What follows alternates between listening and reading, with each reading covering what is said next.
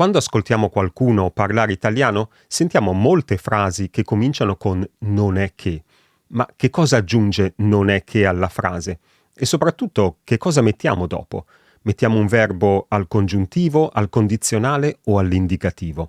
In realtà, tutte e tre queste possibilità sono valide, ma il significato cambia. Vedremo prima le frasi con il condizionale, poi quelle con il congiuntivo e poi quelle con l'indicativo. E alla fine del video ci sarà una quarta possibilità, quindi mi raccomando, guardate fino alla fine. Cominciamo con il condizionale. Non è che, seguito dal condizionale, praticamente è una forma di cortesia. Questo primo esempio è tratto da un corso di italiano che ho trovato su Yle, che è la televisione finlandese. C'è un dialogo e una persona chiede all'altra: non è che sarebbe così gentile da accompagnarci alla stazione? Sembra una forma molto ridondante e magari qualcuno potrebbe pensare: ok, sono forme che troviamo solo nei corsi di italiano. E invece no. Guardate questo secondo esempio, preso questa volta da un blog reale di un corso di matematica, dove un utente chiede: non è che saresti così gentile da farmi vedere i passaggi, eccetera, eccetera. Praticamente è la stessa frase. L'unica differenza è che nel primo dialogo le persone si danno del lei, mentre in questo esempio dal blog l'utente usa il tu, non è che saresti. Notate poi l'uso della preposizione da, così gentile da accompagnarci, così gentile da farmi vedere. Come ho detto, si tratta di una forma di cortesia, cioè io posso fare una domanda molto diretta e chiedere: mi accompagni alla stazione? Ma usando il condizionale, che si chiama infatti condizionale di cortesia, rendo la domanda un po' più educata: mi accompagneresti alla stazione? Se poi aggiungo non è che, cioè la negazione, non è che mi accompagneresti alla stazione, aggiungo in un certo senso un altro livello di cortesia. Un ultimo esempio di questo uso è preso da un'intervista a un uomo politico che si chiama Matteo Renzi, e qui l'intervistatore chiede: non è che andrebbe imposta una moratoria social? Non chiedetemi cosa sia la moratoria social perché non ne ho idea, ma usa appunto questa costruzione: non è che andrebbe imposta. Una domanda molto gentile, come dire forse andrebbe imposta. Notiamo anche l'uso del passivo. Questa è una frase passiva, andrebbe imposta, con l'ausiliare andare, che significa dovrebbe essere imposta o bisognerebbe imporre. E poi vediamo la risposta e vediamo che appunto il politico Renzi riprende il condizionale. Impossibile, andrebbe invece impostata una strategia, eccetera, eccetera. Curiosità, nella domanda abbiamo imposta, nella risposta impostata. Sono due participi passati, ma attenzione, di due verbi diversi. Comunque, questo è l'uso principale di non è che seguito dal condizionale, una forma di cortesia. Non è che seguito dal congiuntivo, questa volta, è una costruzione molto comune, che serve a esprimere una negazione, che però non è proprio una negazione completa. E infatti queste frasi vengono poi spesso seguite da ma, però, eppure. Vediamo il primo esempio, che è preso da una traduzione di un romanzo di Isabel Allende. Non è che credesse ai fantasmi, ovviamente, era un uomo razionale, ma gli apparivano. Se dico non credeva ai fantasmi, la frase finisce lì, è una negazione, non ci credeva e basta. Ma se dico non è che credesse ai fantasmi, lascio in un certo senso un'apertura. Infatti poi la frase continua con un ma gli apparivano. Questa costruzione è anche molto comune con la doppia negazione, non è che non, come si vede nella traduzione del titolo di questo libro. Non è che non mi piacciono gli uomini. Ora, la doppia negazione naturalmente equivale a un'affermazione. Non è che non mi piacciono gli uomini equivale a mi piacciono gli uomini.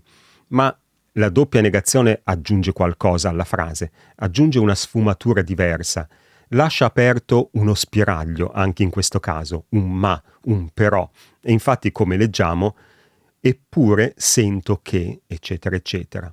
Quindi quando sento una frase che inizia con non è che o non è che non, seguito dal congiuntivo, mi aspetto sempre poi un seguito, mi aspetto sempre un ma, un però. Vediamo che tempi verbali si usano con queste frasi. Per la prima parte della frase, non è che, in genere si usa il presente indicativo. Non è vietato dire non era che, ma non si sente molto spesso. Quindi teniamo il presente per la prima parte della frase, sia che stiamo parlando del presente, sia che stiamo parlando del passato. Non è che.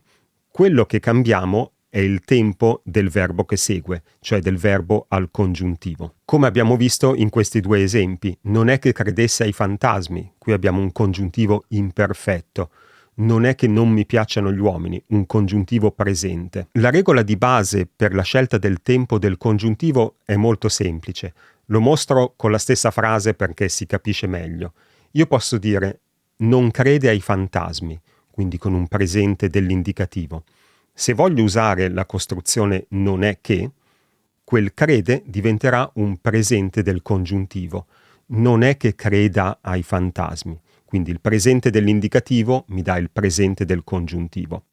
Se invece dico non credeva ai fantasmi, con un indicativo imperfetto, la frase diventerà non è che credesse ai fantasmi, con un congiuntivo imperfetto. Se invece ho, il terzo caso, un passato prossimo, quindi non ha mai creduto ai fantasmi, la frase diventerà non è che abbia mai creduto ai fantasmi, con un congiuntivo passato. Ora, qui stiamo parlando di non è che seguito dal congiuntivo, ma in contesti più informali si può avere un indicativo, esattamente con lo stesso significato. Questo è un esempio preso dai racconti di Don Camillo. Non è che tutti sono contro di voi, ma voi siete contro tutti. Normalmente si direbbe non è che tutti siano contro di voi, ma qui per imitare, diciamo, il linguaggio parlato, il linguaggio più quotidiano, viene usato il verbo all'indicativo. Come ho detto, il significato è esattamente lo stesso, solo che siamo a un livello un po' più informale. Il terzo uso di non è che è quando ho un dubbio, un'incertezza. Anche questa è una domanda, ma in questo caso si usa l'indicativo. E si usa appunto quando voglio assicurarmi di qualcosa o voglio assicurarmi che tu faccia o non faccia qualcosa. Per esempio, se tu mi dici «Dai, guarda, vieni al concerto, non ti preoccupare, non hai bisogno del biglietto, ti faccio entrare io gratis». E io ti rispondo «Oh, ma sei sicuro? Non è che poi devo comprare il biglietto?» Oppure mettiamo che mi racconti qualcosa di incredibile e io ti dico «Ma è vero? Non è che mi stai prendendo in giro?» Cioè voglio accertarmi, voglio essere sicuro che quello che mi stai dicendo è vero. Un esempio scritto lo vediamo nel titolo di questo articolo. Un dubbio tutto inglese. Non è che poi Trump ci frega davvero? Che significa ma siamo proprio sicuri che Trump non ci freghi? Cioè insinua un dubbio. Si tratta in questo caso, direi, di una costruzione abbastanza informale che si usa nel linguaggio parlato di tutti i giorni, ma sicuramente anche questa una forma molto comune che usa, come ho detto, il verbo all'indicativo. Come ho anticipato all'inizio, poi c'è un quarto uso, ma si tratta di un uso un po' diverso perché in questo caso non è che non viene seguito da un verbo, cioè non viene seguito da una frase intera, ma in genere da un nome o da un pronome.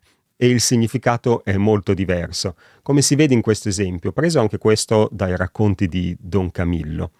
Se non è che questo, si rimette tutto come prima e la cosa torna a posto. Significa se è solo questo, se è solamente questo. La stessa cosa la vediamo in questo articolo. Marte non è che un'illusione.